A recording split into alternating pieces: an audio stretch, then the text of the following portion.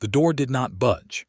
Ella Archer pressed her palm flat against the rough pine wood and pushed, and the door did not budge because Henry Atkins was standing on the other side of it with his entire body braced against the frame, one broad shoulder locked against the wood, one boot planted hard into the dirt of the porch, and his jaw set like iron that had been hammered into permanence a long time ago. "Move," she said. Her voice was quiet. That was worse than shouting. She had learned that about herself somewhere in the last 3 years of surviving alone on the Colorado frontier, that when her voice went quiet it meant she was past the point of negotiation, past the point of caring, past the point where most sensible people would have already stepped aside. Henry Atkins was not a sensible person. "We are not done talking," he said, and his voice was low and rough and carried that edge she had come to recognize, the edge that meant he was not going to move, not for a polite request, not for a firm request, not for anything she could reasonably do with her hands or her words or her considerable force of will. "So do not test me, Ella." The late afternoon sun was cutting hard across the porch boards. Somewhere behind her in the tree line a crow called once and went silent. The air smelled like pine resin and coming rain and something else, something metallic and sharp, which was the smell of a confrontation that had been building for 6 weeks and had finally arrived at its necessary and terrible conclusion. "You lied to me," she said. "I kept information from you. That is not the same thing. In the territory I was raised in, it is exactly the same thing." His eyes did not waver. They were dark, a deep brown that picked up the amber of the afternoon light and held it, and they were looking at her with an expression she did not entirely know how to classify. It was not guilt, though guilt was part of it. It was not anger, though that was there too. It was something older and more complicated, the expression of a man who had made a choice a long time ago and had been living with the consequences ever since, and had finally arrived at the moment when the consequences had caught up and there was nowhere left to run. "I need you to hear what actually happened," he said. "Not the version you heard from Cal Dobbins. Cal Dobbins has reasons of his own to want you gone from this county, and you have reasons of your own to want me to stay." Something moved across his face at that, something she had not expected to see. "Yes," he said simply. "I do." The crow called again. Ella's hand was still flat against the door. She had arrived in Redfield, Colorado in the spring of 1878, which felt like it had been much longer ago than 6 weeks, because the West had a way of compressing time in both directions, making years feel like weeks and weeks feel like years depending on what was happening inside them. She had not come to find a husband. That was what everyone assumed because she was a woman alone, and women alone in the Western territories were generally either fleeing something or looking for someone, and the population of Redfield had made up its collective mind within 48 hours of her arrival that Ella Archer was most likely the second category.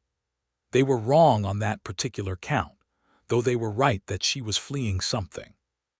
She was fleeing the wreckage of a life that had been systematically dismantled over the course of 18 months back in St.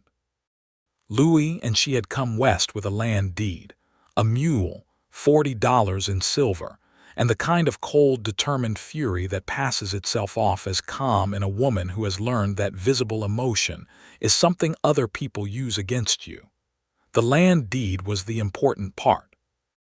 She had inherited it from her uncle, a man named George Archer, who had filed a claim on 40 acres of pine forest and creek bottom in the Colorado foothills back in 1874, and had subsequently died of a fever in 1877, before he could do much with it except clear a small piece of ground and build the cabin that Ella was now standing inside of, trying to push open a door that a stubborn gunslinger was holding closed against her. The cabin was small, 2 rooms. The main room with a stone fireplace, a plank table, 2 chairs, a dry sink and a shelf of provisions. The back room with a rope bed and a cedar chest that had been her uncle's and still smelled faintly of the tobacco he used to smoke. It was not comfortable, but it was hers, and in 1878 in the Colorado territories, 40 acres and a roof over your head was more than most people had, and Ella Archer had understood from the first morning she woke up in it that she would fight anyone who tried to take it from her. She had not understood, when she arrived in Redfield, that there was already a fight waiting for her. She had not understood that the neat-looking man in the wool suit at the Redfield Land Office, a man named Wallace Creed, who introduced himself as a representative of the Colorado Territorial Development Authority, had been systematically buying up or pressuring out every small claim holder in the foothills for 14 months before her arrival. She had not understood that her uncle's 40 acres sat directly between two parcels Creed had already acquired, and that the creek running through it was the only reliable water source for a much larger tract that Creed had plans to develop into a cattle operation that would require that water access to function. She found out about Wallace Creed from the blacksmith on her third day in Redfield. She found out about the previous claim holders, the ones who had accepted small payments to go away, and the one, a man named James Tully, who had not accepted the payment and whose cabin had subsequently burned down in what the county sheriff had ruled an accidental fire, from the woman who ran the boarding house where she stayed her first 2 nights before moving out to the claim. She found out about Henry Atkins from the man himself on her 4th day, when she rode into town to file the notification of her occupancy at the land office, and he was standing outside it. She had noticed him the way you noticed weather, something large and potentially threatening that you needed to categorize quickly so you could decide what to do about it. He was tall, built lean and hard in the way of men who had spent years doing physical work in difficult conditions, somewhere in his early 30s. He wore a Colt single-action Army revolver on his right hip in a plain leather holster, worn smooth with use, and he wore it the way men who were actually dangerous wore their guns, not displayed, not ornamented, but positioned with the quiet practicality of a tool that was used regularly and expected to function. His shirt was clean. That had registered. His clothes were worn but tended. He had a face that had been weathered by sun and wind, and a certain amount of hard living into something that was past handsome in the conventional sense, and into something more durable and more interesting. He had looked at her the way she had looked at him, with the quick, assessing focus of a person who has learned to categorize threats rapidly. Then he had stepped aside to let her go through the door of the land office, and tipped the brim of his hat and said nothing.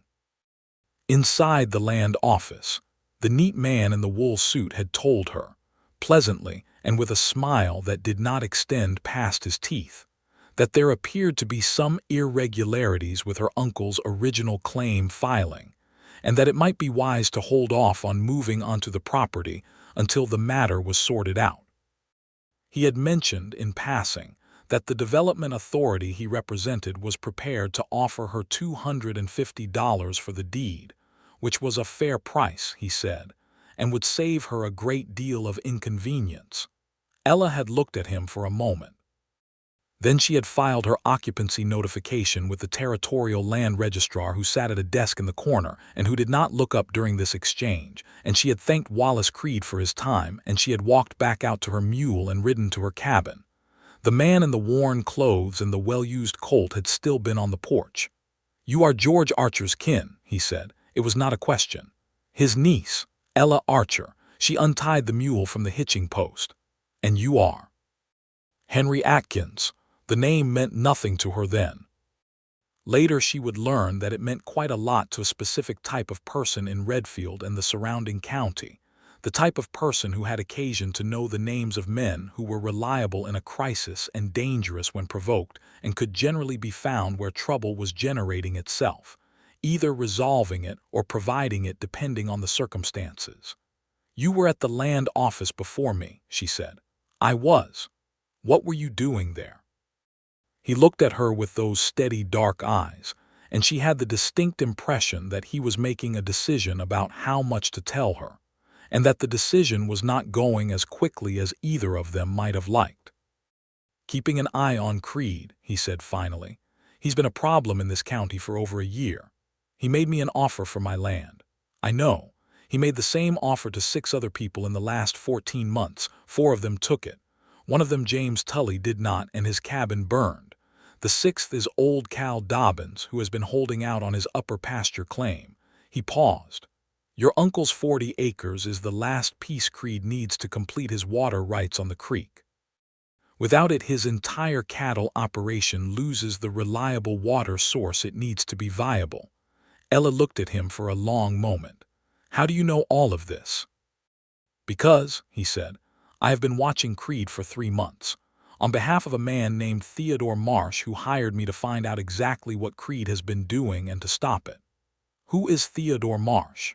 The judge for the 6th Territorial District. Creed has been representing himself as an agent of a legitimate territorial development authority, but the authority he has been citing does not exist as a legal entity with the power to compel land transfers. Marsh has been building a case against him. He looked at her steadily. Your arrival in Redfield is either very good timing or very bad timing, depending on what you choose to do. She had chosen to do what she always chose to do, which was to stay. She had moved into her uncle's cabin that evening. She had unpacked her trunk. She had checked the roof, found 2 spots that needed attention, and made a list of what she needed from the general store in town. She had lit the fireplace and heated water and washed her hair and sat at her uncle's plank table in the thin spring dark and thought about Wallace Creed and Theodore Marsh, and a lean man with a worn Colt revolver and dark eyes.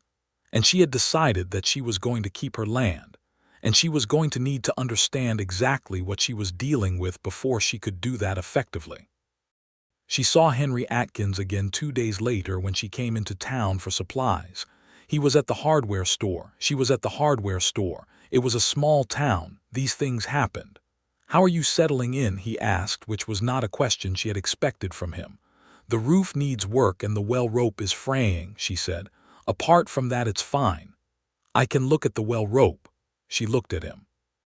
I fix things, he said, with a slight tone that was not quite defensiveness and not quite humor, but was somewhere in the narrow territory between them.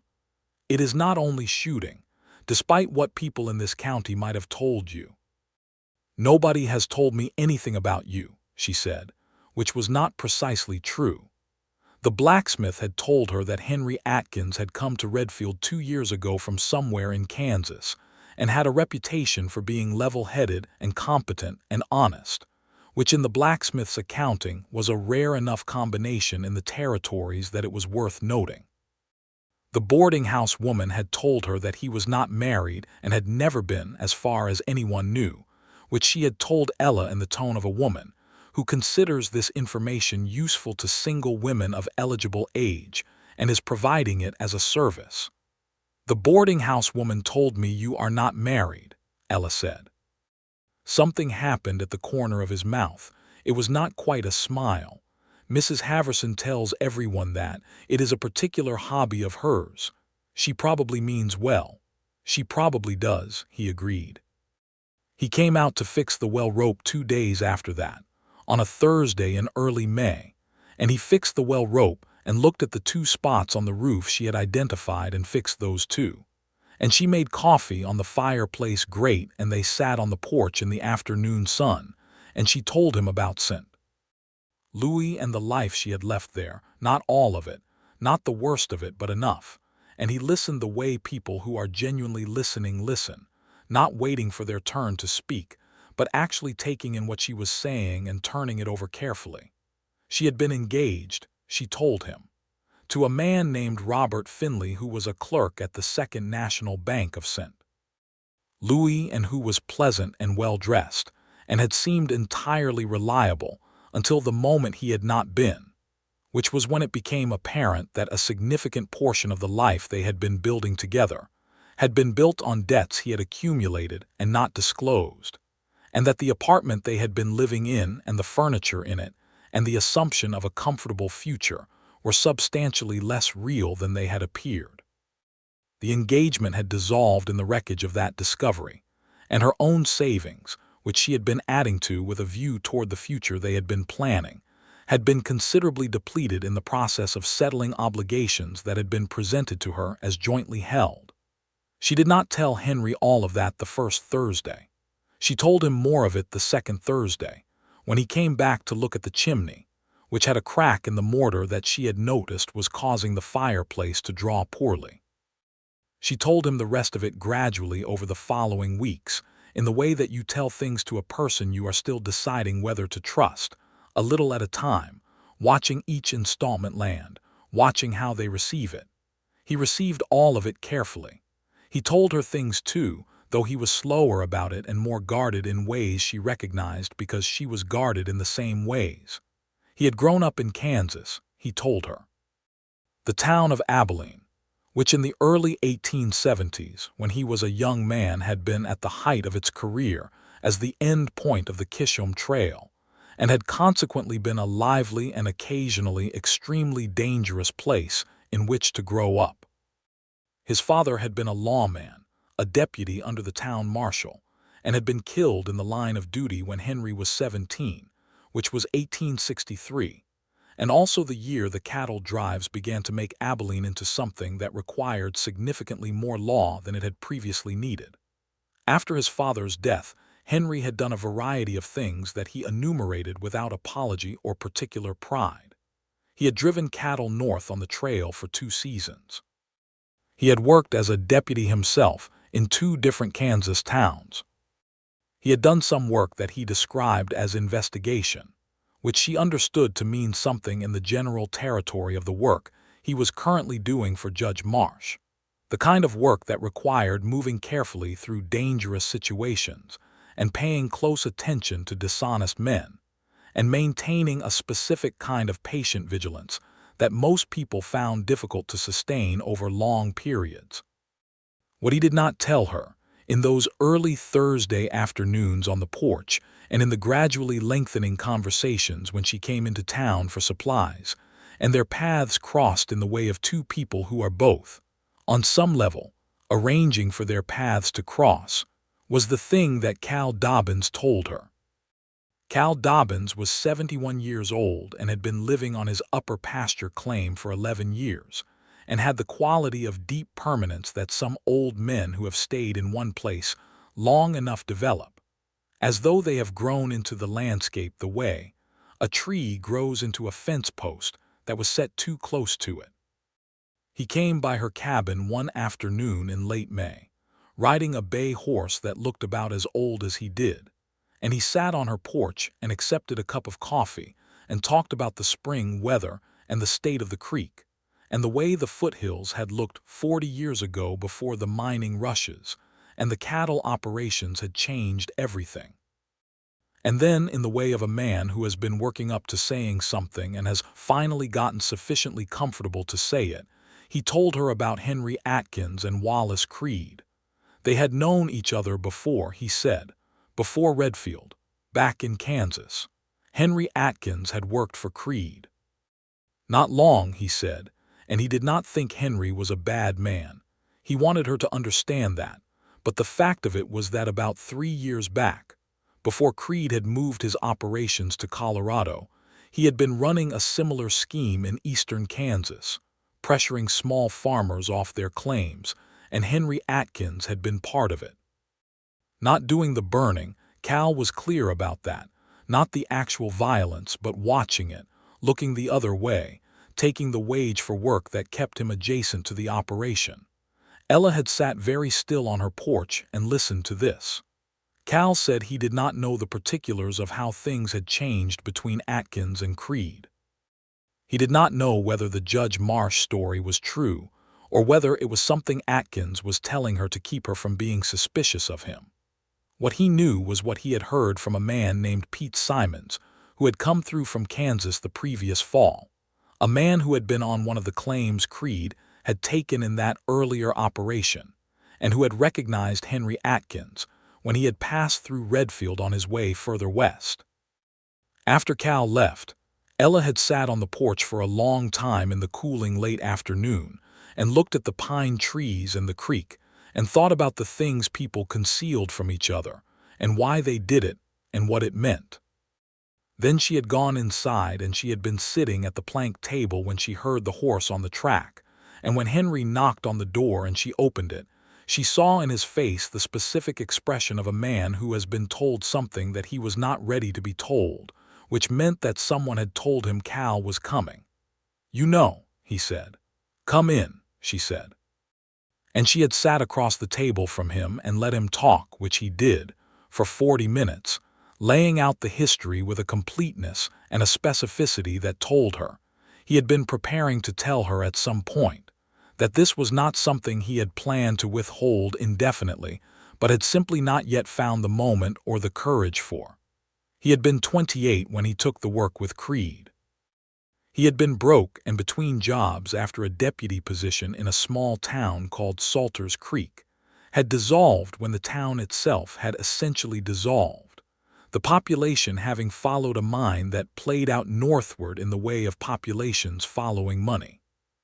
Creed had presented himself as a legitimate land speculator, and the work Henry had been hired for had looked, at first, like simple watchman duty, accompanying Creed to meetings with landowners, being present in the general way of a man who is there to make sure negotiations stay civil. It had not stayed civil. He had understood gradually, over the course of 3 or 4 months, that the negotiations were not negotiations in any meaningful sense, that Creed's method was coercion dressed in legal language, that the presence of men like Henry was part of the coercion, the implied threat that made the explicit threat unnecessary. And he had stayed. That was the thing he was not going to defend or explain away. He had stayed for 2 more months after understanding what the operation actually was, because he had needed the money, and because he had told himself that he was not the one doing the actual harm, which was a lie that men in that position tell themselves, and which he had eventually been unable to continue believing. He had left when Creed burned the first cabin in Kansas. A man named Horace Webb, 63 years old, who had been living on a creek bottom farm for 9 years. Henry had not been there when it happened. He had been in town, and he had come back to find the cabin in ashes and Horace Webb sitting on the ground in front of it with the blank, stunned expression of a man whose entire life has just been reduced to rubble. He had helped Webb get to town, and he had given Webb the last 3 months of his wages, and he had ridden away from Creed's operation and not looked back. He had spent the following year doing honest deputy work in various capacities. He had heard, through the network of communication that law enforcement and its adjacent occupations maintained across the territories, that Creed had moved his operation to Colorado.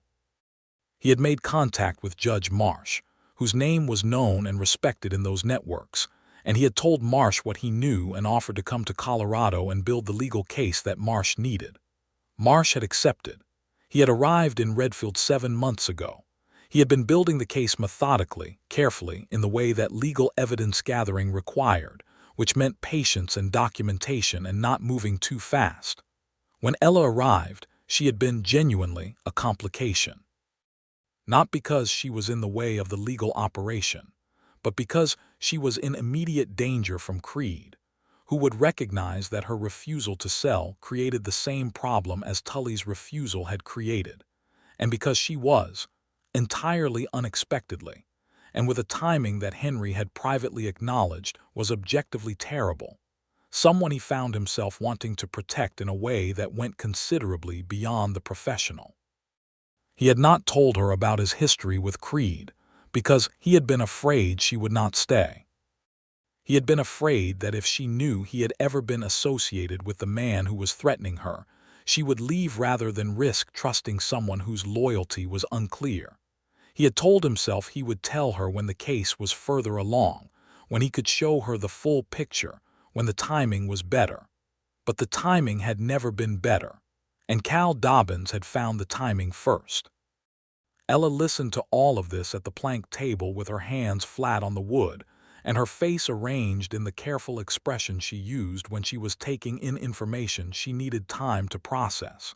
When he finished, she said, "You should have told me from the beginning." "Yes," he said. "I should have. That choice belongs to me, whether I trust you or not. You do not get to make it for me by controlling what I know." He did not look away. "You are right. I am angry with you," she said. "I know. I need some time."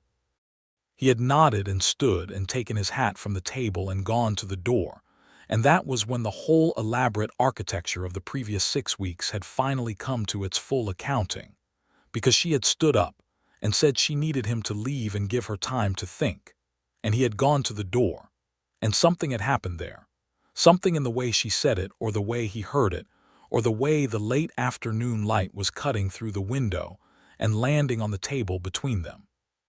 And instead of opening the door, he had turned, and she had walked toward the door to reach past him for the handle, and he had not moved.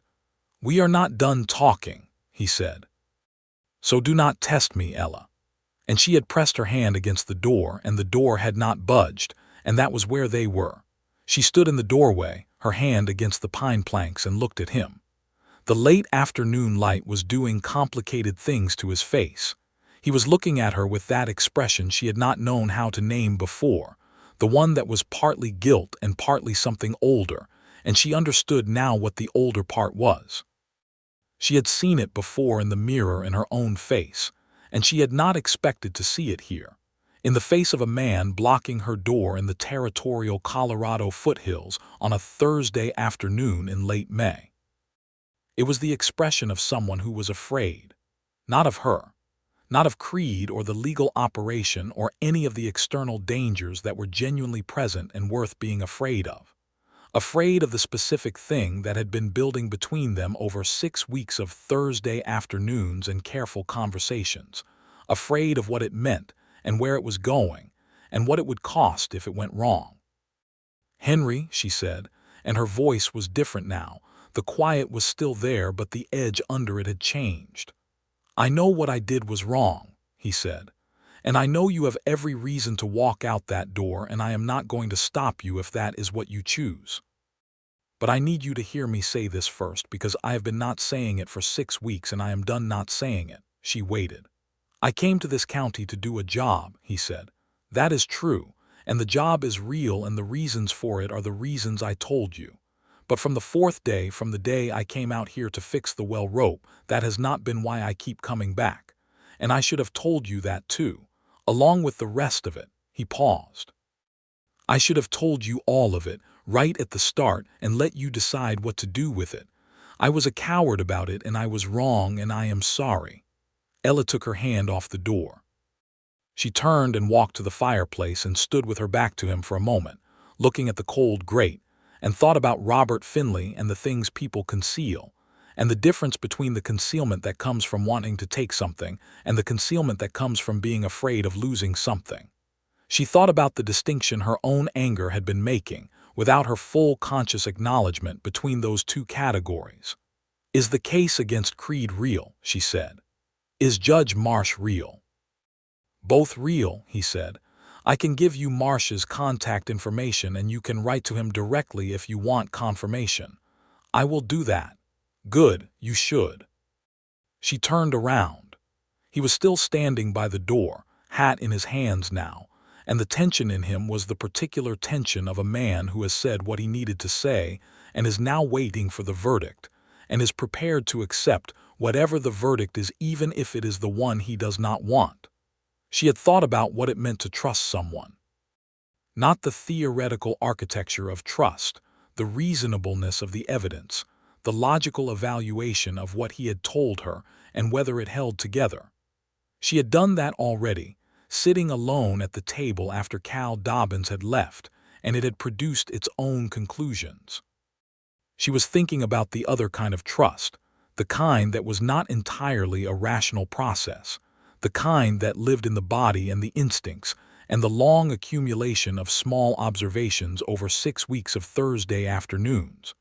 She had never once felt, in his presence, the slippery quality that Robert Finley had always had just below the surface, and that she had not identified until it was too late.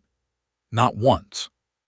She had felt the guardedness in him, the care with which he chose his words and managed his disclosures, but guardedness was not slipperiness. She knew the difference. "Do not lie to me again," she said. His eyes shifted very slightly. "I have not lied to you. I have withheld things, but I have not said anything to you that was not true." She thought about this. "That is an important distinction to you." "Yes, it is the most important one I have." "Then do not withhold things from me either." "I will not," he said. It was the simplest thing he had said, and it landed the most solidly. The evening was coming in through the window.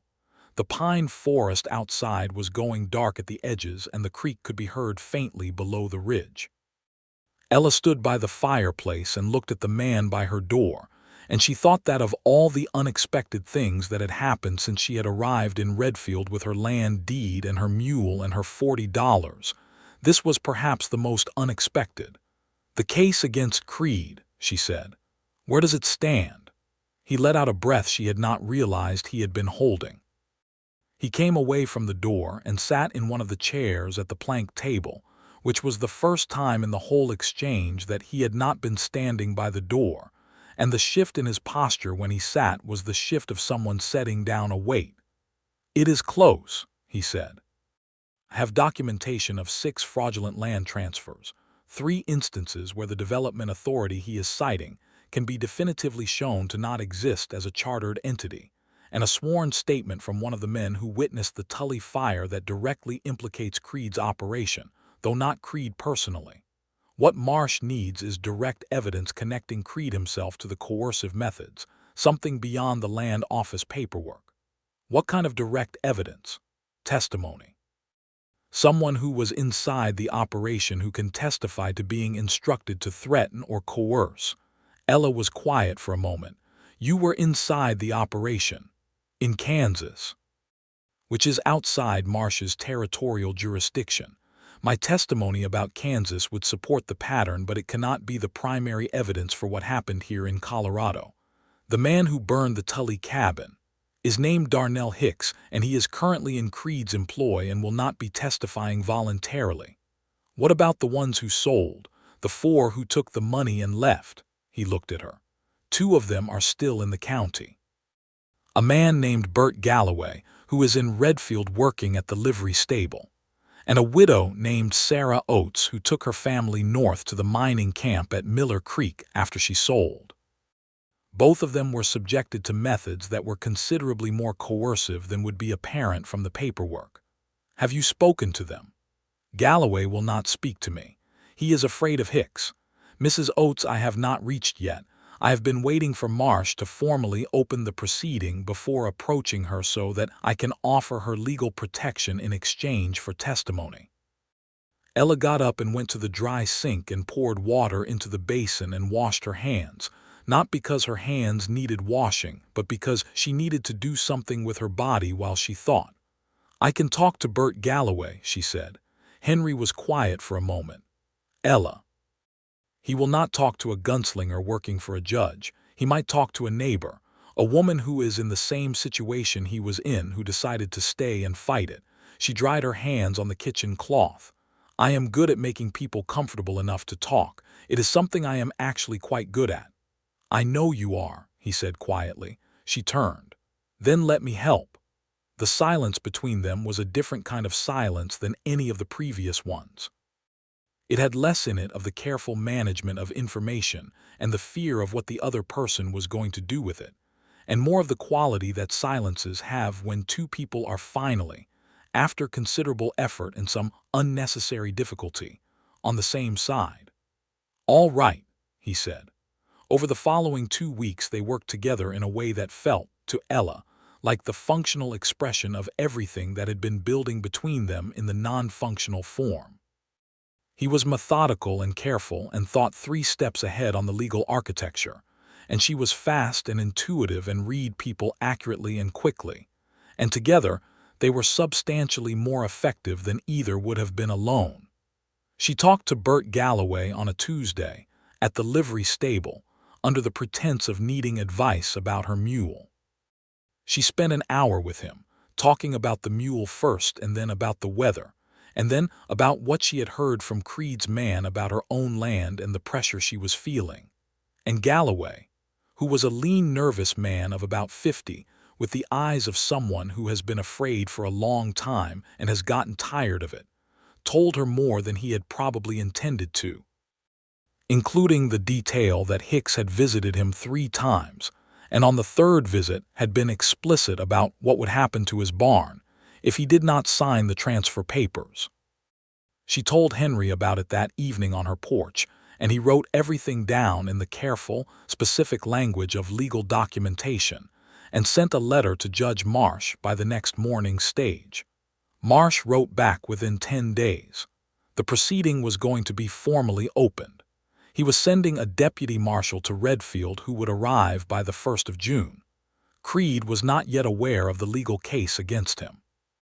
In the interval between sending the letter and receiving the reply, things between Ella and Henry continued to develop in the way of things that have been developing quietly for a while and are now no longer pretending not to.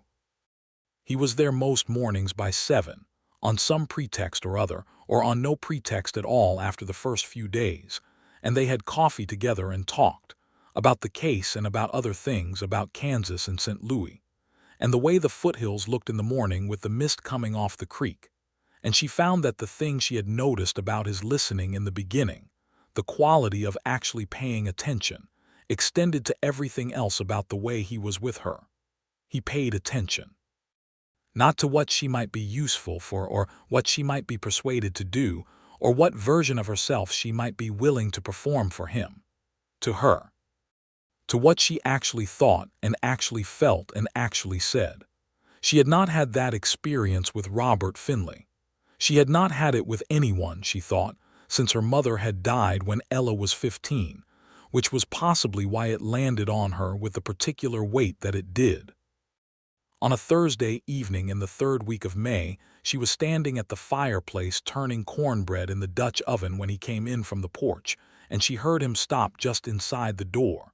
And when she looked up, he was looking at her with a directness that was different from his usual watchfulness, something unguarded in it that she had not seen before. "I want to say something," he said. "Say it then." "I am in love with you," he said. "I do not know exactly when it happened. Somewhere between the well rope and the chimney mortar, I think. I am telling you now because I told you I would not withhold things." She set down the pot cloth. The fire crackled. Outside the window the sun was going down behind the ridge and the light was the deep amber of late May evenings in the foothills. "Henry," she said, "you do not have to say anything back. I just needed to say it." She walked across the room to him. He was very still in the way he was always still, not tense but contained, and she looked up at him at the close distance and thought about concealment and disclosure and the difference between being known and being seen. "I have not been in love with anyone for a long time," she said, "and the last time I was wrong about who I was in love with, so I am being careful about it." "That is reasonable," he said. "It does not mean the answer is no. It means the answer is give me time." Something in him that had been held very carefully shifted, not into relief exactly, but into something quieter and more steady. "I can do that," he said. "I know," she said.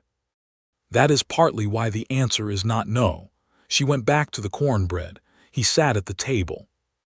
They had dinner in the kind of comfortable quiet that is the real evidence of closeness, the closeness that does not need to be constantly performed or narrated.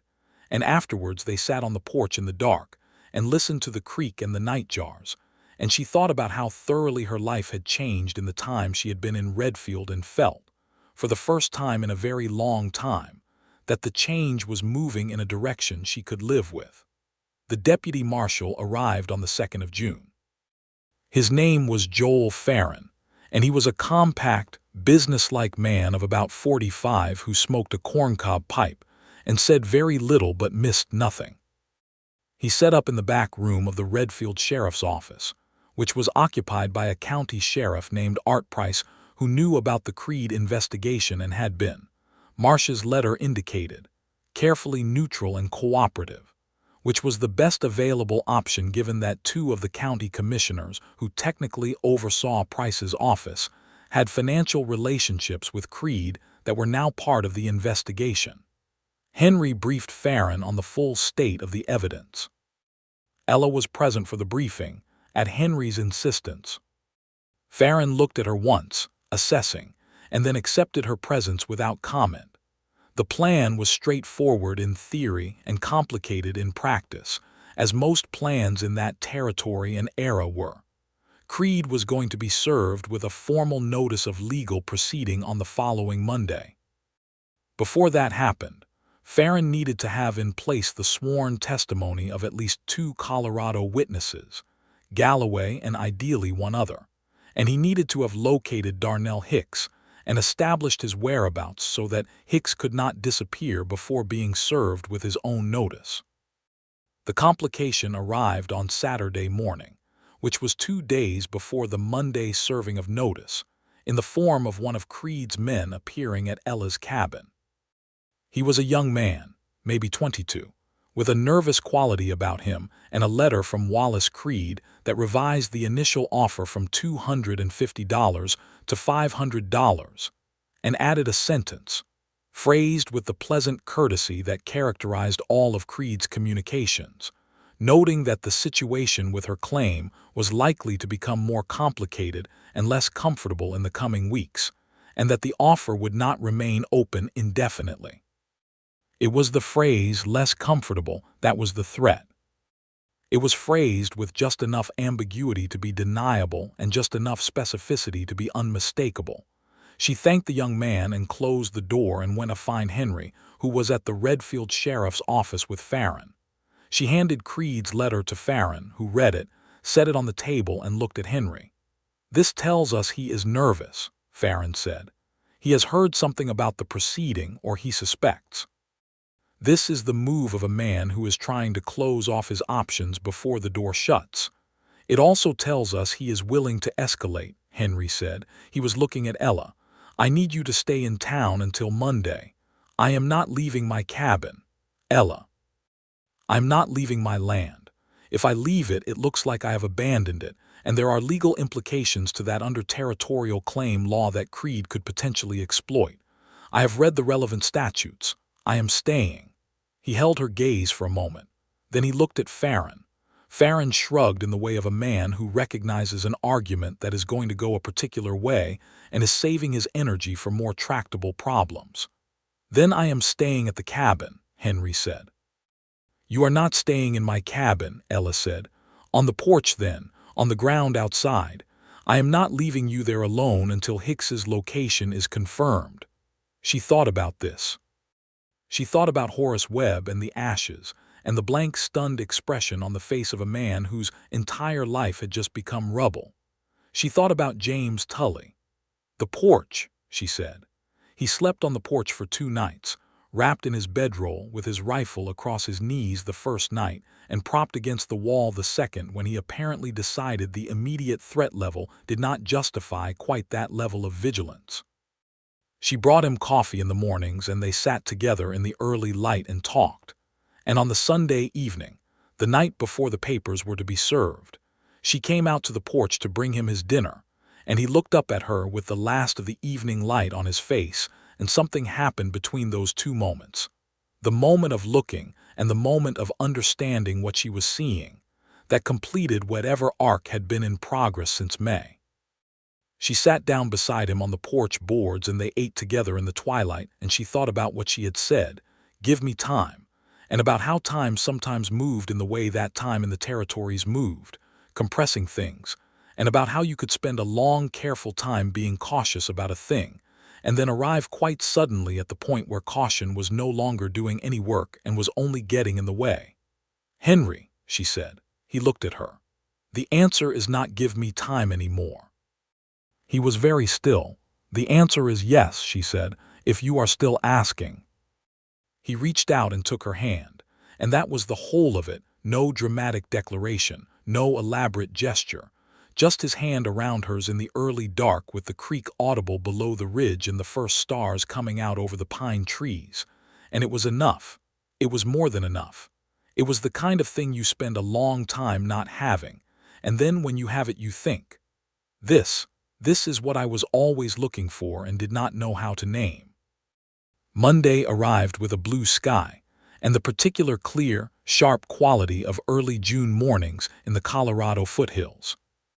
Deputy Marshal Farron served Wallace Creed with the notice of legal proceeding at 9 in the morning at the Redfield Land Office, with Sheriff Artprice present as witness, and Henry standing outside in the street with a clear view of the door. Creed received the papers with the composed expression of a man who is genuinely surprised but too controlled to show it fully, and who is, even in the moment of being served, already calculating his options.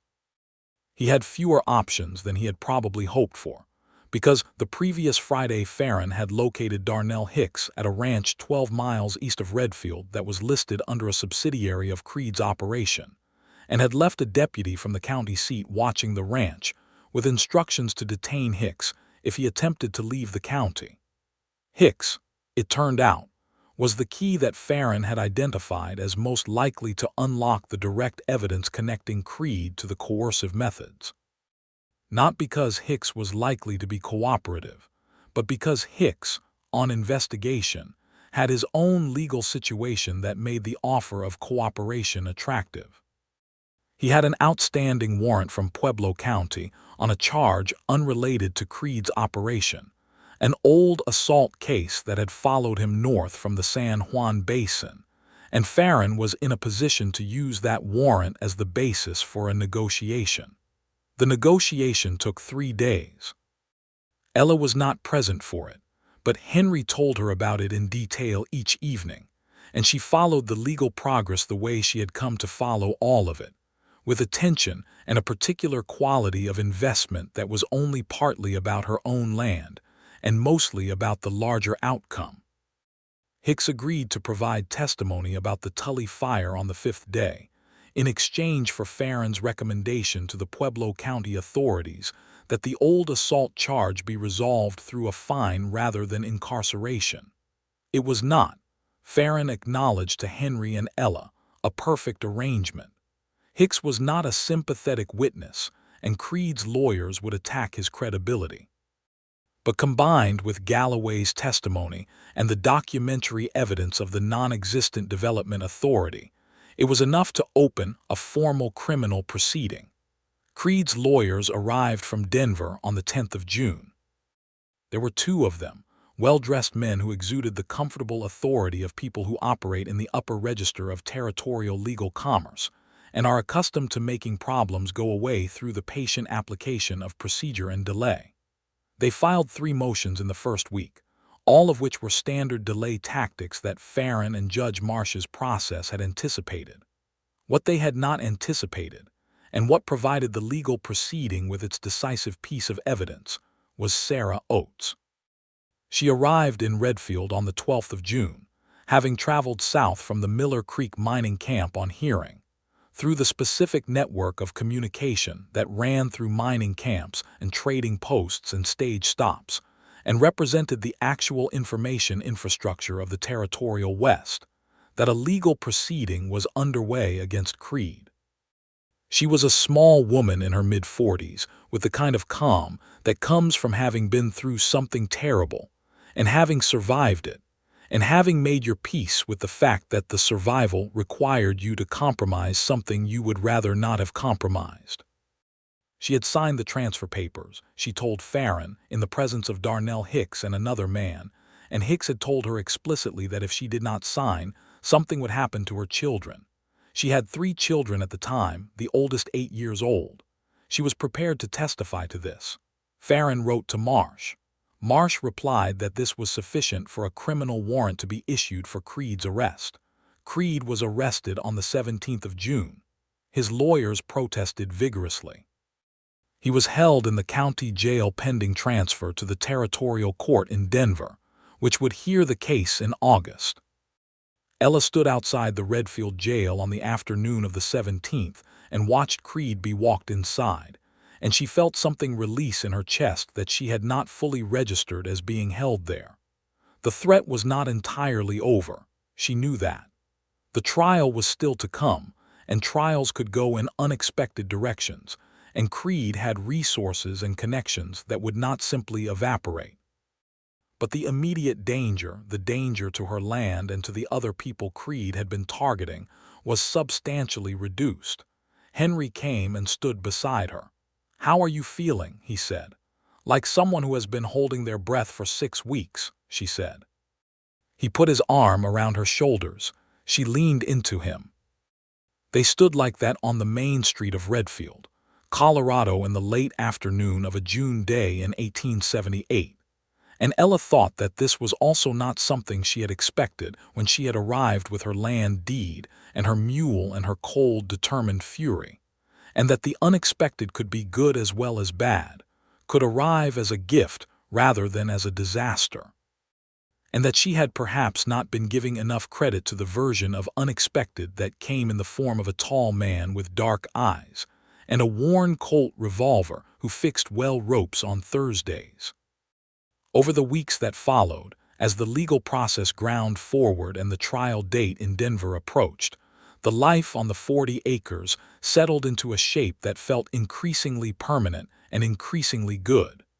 Henry moved from wherever he had been sleeping in town, a rented room above the hardware store as it turned out, and began staying at the cabin. Not in the cabin initially. He was respectful of what was appropriate in a way that she respected him for.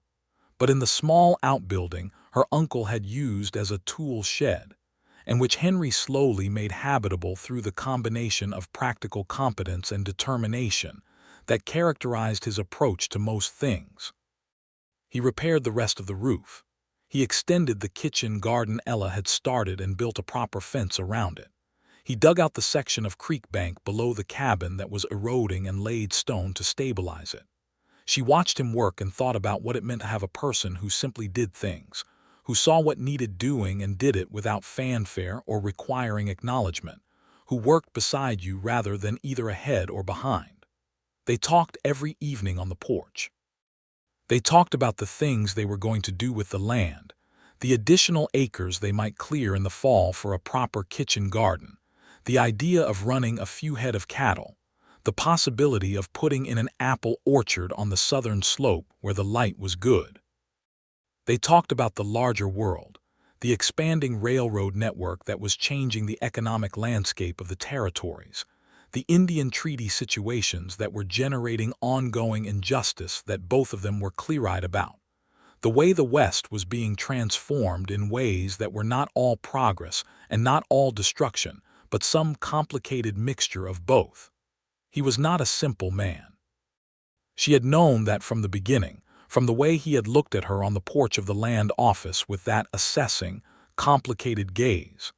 He had regrets, and he had made mistakes, and he lived with both of those things in the way of someone who has done the accounting on his own history and arrived at something approaching honest reconciliation with it. He did not ask her to absolve him of the Kansas history, and she did not offer absolution, not because she did not believe in it, but because she understood that real reconciliation is internal work, and that the most generous thing you can do for someone who is doing it is to witness it without either rushing it or dismissing it. He kissed her for the first time on a Wednesday evening in early July on the porch, in the dark, with the thunder rolling in from the mountains and the smell of coming rain in the air. It was, she thought, both completely inevitable and completely surprising, which was possibly the only possible combination for a first kiss that means something. She kissed him back with considerable enthusiasm, and he made a sound that was somewhere between relief and joy, and she thought she recognized that sound from somewhere in herself. They attended the trial in Denver in August together. It was a 3-day proceeding in the territorial courthouse, a substantial building of native stone on Larimer Street that smelled of wood polish and institutional gravity. Ella testified on the second day about Creed's offer and the implied threat in the letter his man had delivered, and she testified clearly and precisely, and without the smallest tremor in her voice, which was not because she was not frightened, but because she had learned a long time ago that fear and function are not mutually exclusive. Henry testified about the Kansas operation, the pattern and history, which Marsh's attorneys successfully argued was admissible as evidence of a pattern of conduct. He was calm and specific and devastating in the way of a witness who is telling the exact truth and knows the exact truth in detail. Creed's Denver lawyers were skilled, and their cross-examination was aggressive. They attacked Hicks's credibility, which everyone had anticipated. They challenged the territorial charter documentation, which Marsh's attorneys had prepared for. They attempted to characterize the entire proceeding as a politically motivated effort by Judge Marsh to expand territorial jurisdiction, which the judge hearing the case, a man named Beaumont Reeves, who had been on the territorial bench for 12 years and was not easily impressed by political characterizations, noted for the record, and then proceeded to ignore. The verdict was delivered on the fourth day. Wallace Creed was found guilty on 4 counts of fraud, 3 counts of conspiracy, and 1 count of directing the destruction of property, the last being the Tully cabin. He was sentenced to 7 years in the territorial prison at Cannon City. Darnell Hicks, tried separately and more briefly, was convicted of arson and assault and sentenced to 5 years. Ella and Henry stood outside the Denver courthouse in the August heat and looked at each other, and she felt the full weight of what had just been resolved, the threat to her land and the threat to the other people Creed had harmed and the longer shadow of the Kansas history, all of it given its accounting at last. "It is done," she said. "It is done," he agreed. She took his hand. They walked down Larimer Street in the afternoon sun, past the dry goods merchants and the saddle makers and the telegraph office and the hotel that advertised indoor plumbing as a notable amenity. And they found a restaurant and had a proper meal with real linen on the table and wine that was actually drinkable, which was not a common experience in the territories and therefore worth noting when it occurred. He asked her to marry him at the restaurant table, between the soup and the main course, with a directness and a sincerity that she had come to understand was simply the way he was, the man who said the true thing clearly rather than the complicated thing impressively. She said yes between the soup and the main course, with the same directness, and the waiter who arrived with the main course appeared to intuit that something important had just happened and refreshed their wine glasses with a particular emphasis. They were married in Redfield in September of 1878, in the small Methodist church that occupied a square wooden building on the edge of the main street, with Sheriff Art Price and Mrs. Haverson, the boarding house woman as witnesses, and Bert Galloway and Sarah Oates, who had come down from Miller Creek for the occasion, sitting in the front pew. Cal Dobbins was there, and he shook Henry's hand afterward with the firm grip of a man who has made a favorable reassessment and is prepared to acknowledge it. The minister was a young man named Elias Crane, who had been in Redfield for 8 months, and conducted the ceremony with a warmth and a gentle humor that made it feel like a celebration rather than a transaction, which was what Ella had wanted and had said so when she arranged it. She wore her best dress, which was the blue one she had brought from St. Louis, and she had her hair up, and she carried a small bunch of the wildflowers that grew along the creek below the cabin, blue and yellow, which Henry had picked that morning, and presented to her with a formality that made her laugh, and then made her feel something more tender than laughter. He wore a clean white shirt and his good trousers, and had had his boots polished at the barber, and when she came down the aisle of the small church and he looked at her, the expression on his face was the one she had first seen in the doorway of her cabin on the Thursday afternoon of the confrontation, the unguarded one, and she understood now what it contained, and it contained nothing that frightened her. They went back to the cabin that evening, and it was their cabin, both of their cabin, 40 acres of Colorado foothills with a pine forest and a creek and a stone fireplace and a patched roof and a kitchen garden behind a proper fence. And the dark came down over the mountains, and the stars came out very bright and sharp the way they did in the high altitude. And Ella Archer, who was now Ella Atkins, stood on the porch and felt the full, settled, complete weight of a life that was genuinely and substantially hers.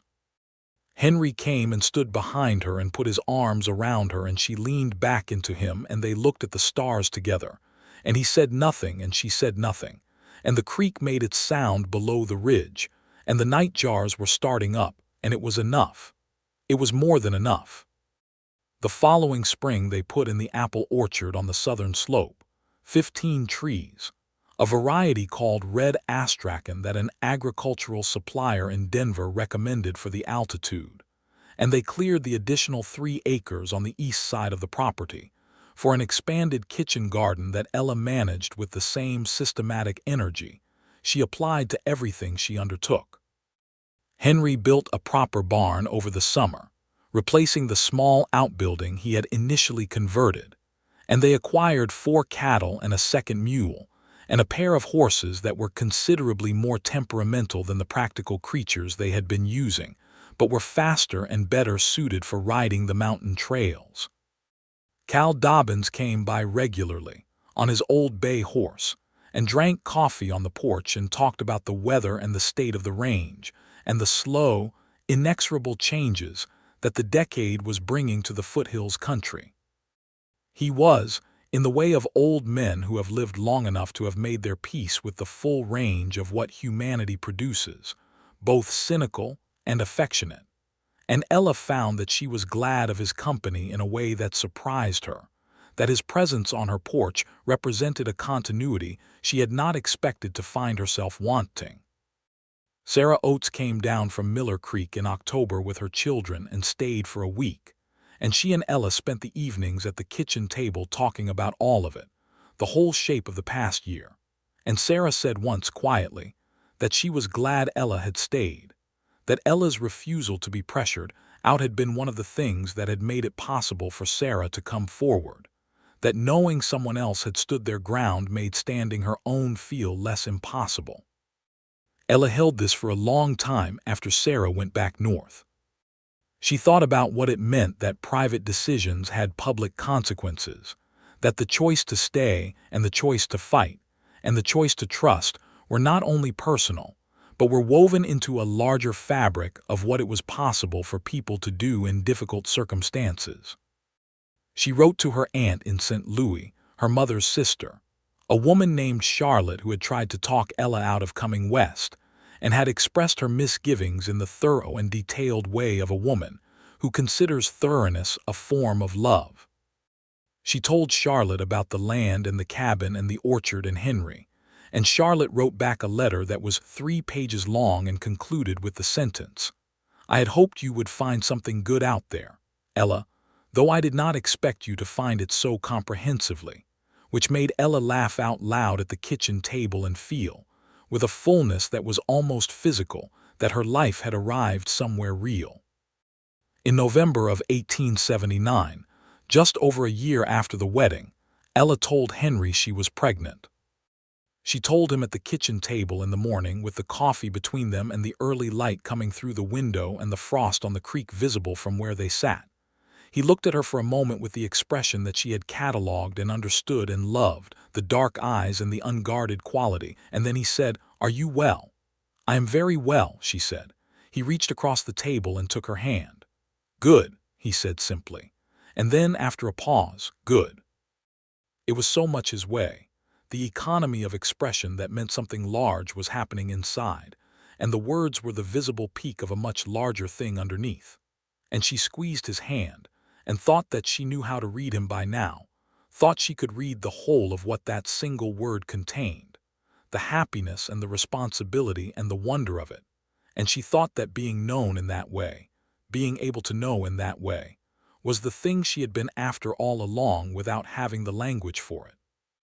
Their son was born in late June of 1880, a summer baby, in the cabin that had been her uncle's and was now theirs.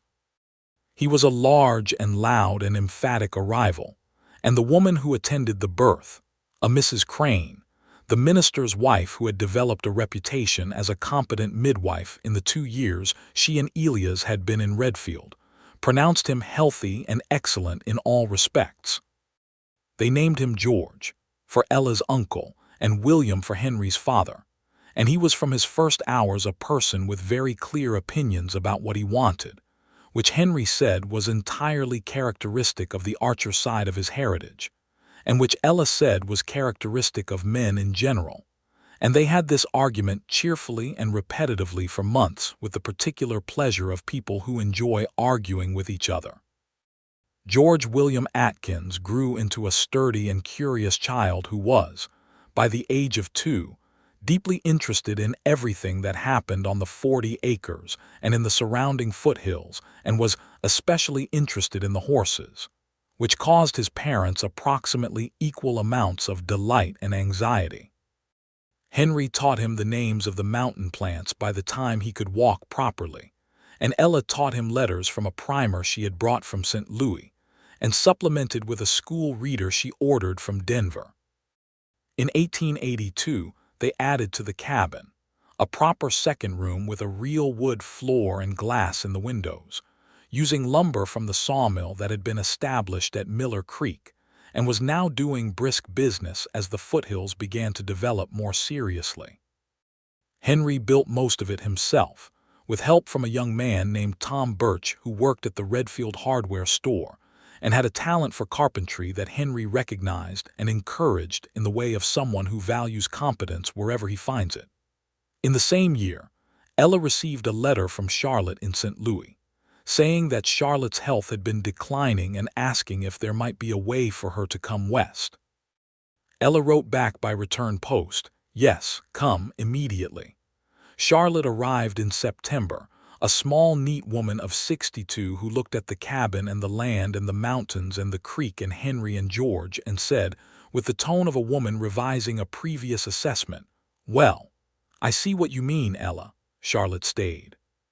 She occupied the new room through the winter, intending to go back in spring, and in spring she said she would go in summer, and in summer she said perhaps the fall was actually a better time for the journey. By Christmas, she had stopped mentioning the journey and Ella stopped asking, and Charlotte became a fixture of the household and of George's childhood in the way that a grandmother figure who is present and engaged becomes embedded in the texture of a child's experience of the world.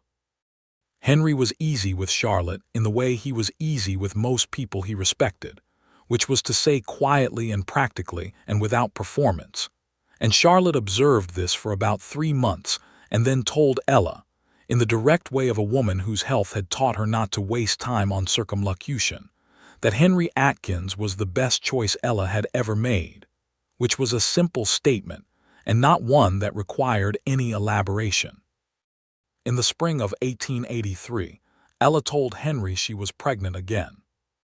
This time she told him in the orchard, among the apple trees that were by now large enough to be producing a proper fruit, and he stopped the pruning work he was doing and looked at her with the same expression as before, the unguarded and full one, and said, "Well then," and set down the pruning shears and kissed her with a thoroughness that suggested his internal response to the news was more than the 2 quiet words indicated.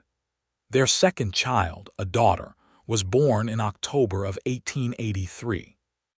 They named her Clara Charlotte, the second name for the graytan who held her on the first day of her life, and cried without apparent embarrassment, and said she was the most beautiful thing she had ever seen, which George, who was 3 years old and had complicated feelings about no longer being the only person in the household whose requirements took precedence over all others, disputed loudly and at length. Clara Charlotte Atkins was, from the beginning, her own person in ways that were apparent early and became more apparent over time. She had Henry's dark eyes and Ella's determination, and a quality that seemed to come from somewhere specific to herself, a stillness and an observation that made her seem, at 2 years old, as though she was already compiling a detailed accounting of the world and forming opinions about it. By 1884, the 40 acres had become something more than a refuge or a claim worth fighting for. It had become a life. A full, dense, inhabited life, with the weight and texture of something that had been built carefully over years by people who knew what they were building and why. The apple orchard was producing well enough that Ella had begun selling fruit to the general store in Redfield and to 2 families further up the valley, which was a modest addition to the household income, but represented something more than its monetary value, a direct expression of the fact that the land was fruitful and that the work they had put into it was bearing returns. Henry had taken on some limited consulting work for the county sheriff's office, not as a deputy, but as someone with specific investigative skills that the county occasionally needed and could not easily find elsewhere. It kept him connected to the world outside the 40 acres in a way he needed, and that Ella understood, having recognized early on that his particular quality of attention and vigilance required, occasionally, real application, that a man of his capacities and history needed something to focus that capacity on, or it turned inward and became restless. She had her own focus: the orchard, the kitchen garden, which she had expanded over the years to include medicinal herbs as well as food plants, drawing on information from a Ute woman named Mara who came through the valley occasionally, and had taught Ella, over several years of intermittent exchange that Ella approached with genuine respect, and Mara received with measured wariness that slowly became something more: the uses of the plants that grew in the foothills and the proper ways of preparing them. Ella kept notes in a journal that was becoming a proper reference, one that she had begun to think might be useful to other women settling in the territory, a practical guide to what grew where and what it was good for. She wrote letters to Charlotte's old friends in St. Louis, women who had known her mother, and maintained a correspondence with Sarah Oates, who had eventually come down from Miller Creek and settled in a town called Haverford, 30 miles south, where she had remarried and was running a small boarding house and seemed genuinely content. In the evenings she and Henry sat on the porch, which had become a proper covered porch with turned posts that Henry had made over the winter of 1881 in the evenings when the cold kept them inside, and he had needed something to do with his hands, and they drank their coffee or, in the hot months, cold water from the creek, and talked about the day and about the children and about the things they were thinking about, and sometimes about the past, revisiting it with the perspective that time and distance allow, and sometimes simply sat in the comfortable and complete quiet of two people who have been through things together and know each other well enough that silence is not empty but full. George, by the time he was 6 and could be trusted on a horse alone, developed the habit of riding the fence line of the property every morning with the seriousness of someone who considers this a genuine responsibility and not a game, which Henry had to conceal his delight about because he did not want to embarrass the child by being too obvious about how much he enjoyed the sight of his son taking the land seriously. Ella caught Henry watching George ride the fence line one morning and met his eyes over the rim of her coffee cup, and he gave her the smallest possible smile, and she gave him the smallest possible smile back, and it was a whole conversation in those two expressions, everything that mattered about what they had built and why, compressed into the gesture. Cal Dobbins died in the spring of 1885, peacefully, in his bed on the upper pasture claim, which passed to a nephew who came from somewhere in Nebraska and who was, by the first summer, showing signs of settling in and taking the land seriously, which Cal had mentioned was his primary hope for it. Henry and Ella attended the brief funeral service, which was held at the claim itself, in the way of a man who had known exactly where he wanted to be and had been there for 11 years. Ella stood at the graveside and thought about the old man on his old bay horse arriving on her porch with his coffee and his long perspective, and his careful, measured way of telling her something difficult and important. She thought about how he had been afraid that she would be hurt by the information about Henry, not that he wanted to use it against her or manipulate her with it, but that he had seen something worth protecting and had wanted her to have what she needed to protect it, including the truth. She had written in her journal some time ago that the territory had a way of sorting people, that the combination of difficulty and distance and consequence that characterized life in the West produced a clarity about who people actually were that more cushioned circumstances obscured. Henry had been sorted by that process, both toward his worst decisions in Kansas and toward his best ones afterward, and he had done the work of understanding the difference, and that work was visible in everything about him. She had been sorted too. The woman who had arrived with $40 and a cold fury and a land deed had not been a simple person to begin with, but she had been simplified by grief and betrayal into something harder and more closed than her actual nature. And the foothills and the cabin and the creek and 5 years of Thursdays had opened her back up to the full register of herself.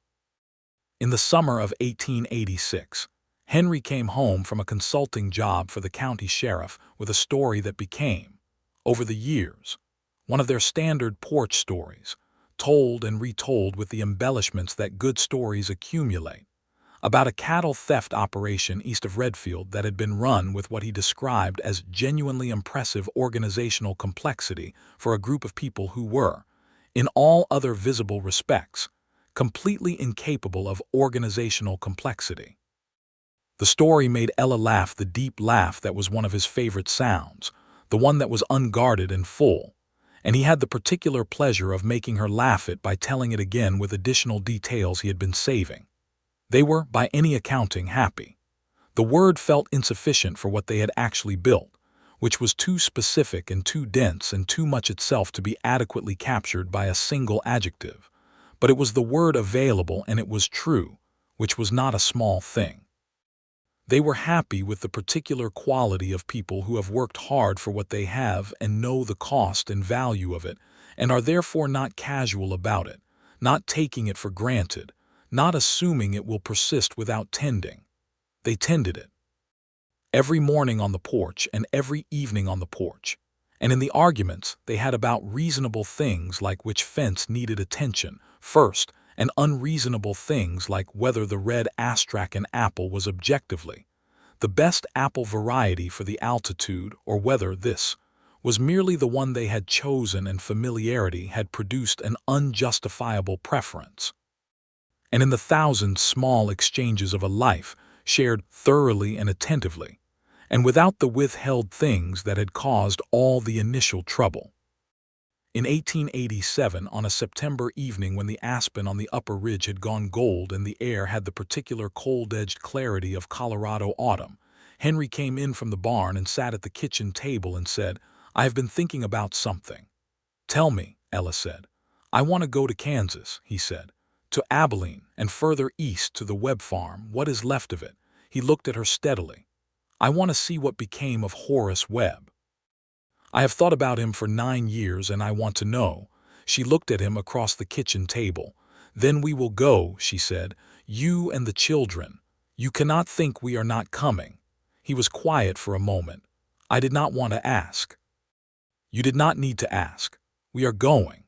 They went in October, the whole family, Ella and Henry and George, who was 7 and old, whom the journey transformed into a person of boundless excitement, and Clara, who was 4 and absorbed everything with the quiet, watchful intensity that was her way.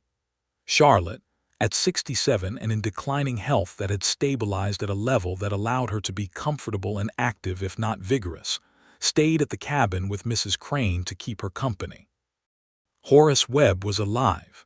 He was 72 years old and living with a daughter in a small town called Dalton, 40 miles east of Abilene, and he was gardening.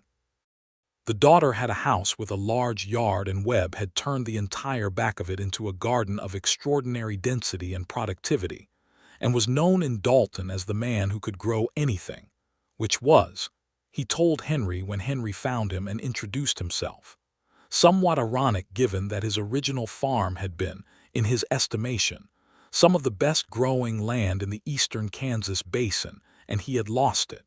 He remembered Henry. He said so directly when Henry told him who he was, and Henry sat with this and did not look away from it. "I gave you my wages," Henry said. "You did. It bought me passage and kept me for 3 months while I found work. I was angry at you for years, son. I want you to know that. You had the right. I did." Webb looked at him for a long time, but I stopped. Anger takes a lot of maintenance and I got tired of maintaining it. You were young and you made a bad choice and then you made better ones. That is the whole story of most people, he shrugged. What I needed was something to grow. I found that. He looked at the garden. What did you find? Henry looked over at where Ella was standing with the children at the edge of the yard, watching. She met his eyes and gave him the small smile. Something to grow, Henry said. Webb nodded once. Then you did all right. They stayed in Dalton 2 days, and Webb showed George the garden and told him the names of all the vegetables with an enthusiasm that George matched completely. And Clara sat in Webb's daughter's kitchen and ate 3 pieces of apple cake with the methodical dedication she brought to things she had decided were worthwhile. On the train back west, George fell asleep with his head against the window, and Clara fell asleep in Ella's lap, and Henry and Ella sat in the rocking quiet of the car and watched the Kansas plains go past in the autumn dark, and Ella said, "He said you did all right. He was generous. He was accurate," she said. He turned and looked at her in the dark car with the lamp at the far end making a small, warm circle of light, and his face had the expression that she still, after 9 years of reading it, found new things in, the unguarded one, the one that had no hidden motive and no withheld information and nothing in it but what was actually there. "Ella," he said. "I know," she said. They got home in late October, to Charlotte on the porch wrapped in a shawl in the autumn cold, and to the smell of wood smoke from the fireplace that Mrs. Crane had lit in anticipation of their return, and to the apple trees standing bare and silver in the late afternoon light, and to the creek running clear and cold over its stone-stabilized banks below the ridge, and to the cabin that had been built by a man long dead and made into a home by people who had done the necessary work of honesty and trust, and the patient tending of the thing between them.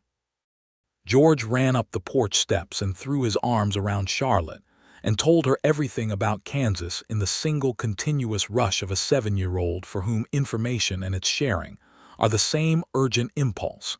And Clara followed him up the steps with dignity and stood in front of Charlotte and said, "We saw a very large garden and I had 3 pieces of cake," which Charlotte received with appropriate gravity. Henry came up behind Ella and she felt him stop behind her, the way he sometimes did, not touching, just present. And she looked at the cabin and the porch and the bare apple trees and the cold, bright afternoon, and she felt the full settled weight of it one more time, the weight that was not a burden but a foundation, the thing that bears you up. She turned around to face him, and he was looking at her with the expression she had spent 9 years learning and that she was not done learning, and she thought about the Thursday afternoon that felt like both a long time ago and like yesterday, the door that had not budged and the words that had to be said before anything could be what it needed to be. "I am glad you did not move," she said. He understood exactly what she meant. He always understood exactly what she meant. "So am I," he said. She took his hand and they went up the porch steps together, into the warmth of the cabin and the sound of Charlotte and George and Clara and Mrs. Crane, into the full, inhabited, ongoing life they had built from 40 acres and a land deed, and a well rope, and a crack in the chimney, mortar and 6 weeks of Thursday afternoons, and the courage, eventually, to say the true things clearly instead of keeping them at the careful distance of things not yet ready to be said. The Colorado evening came down over the foothills, and the creek made its sound below the ridge, and the stars came out, sharp and very bright, and the smoke from the stone fireplace rose straight up into the cold air of the 40 acres that was theirs, that had always been going to be theirs, that they would tend and work and live on for the rest of their lives. And it was, in every sense that mattered and in the permanent and settled and fully realized way of things that have found their right shape at last. Completely and entirely enough.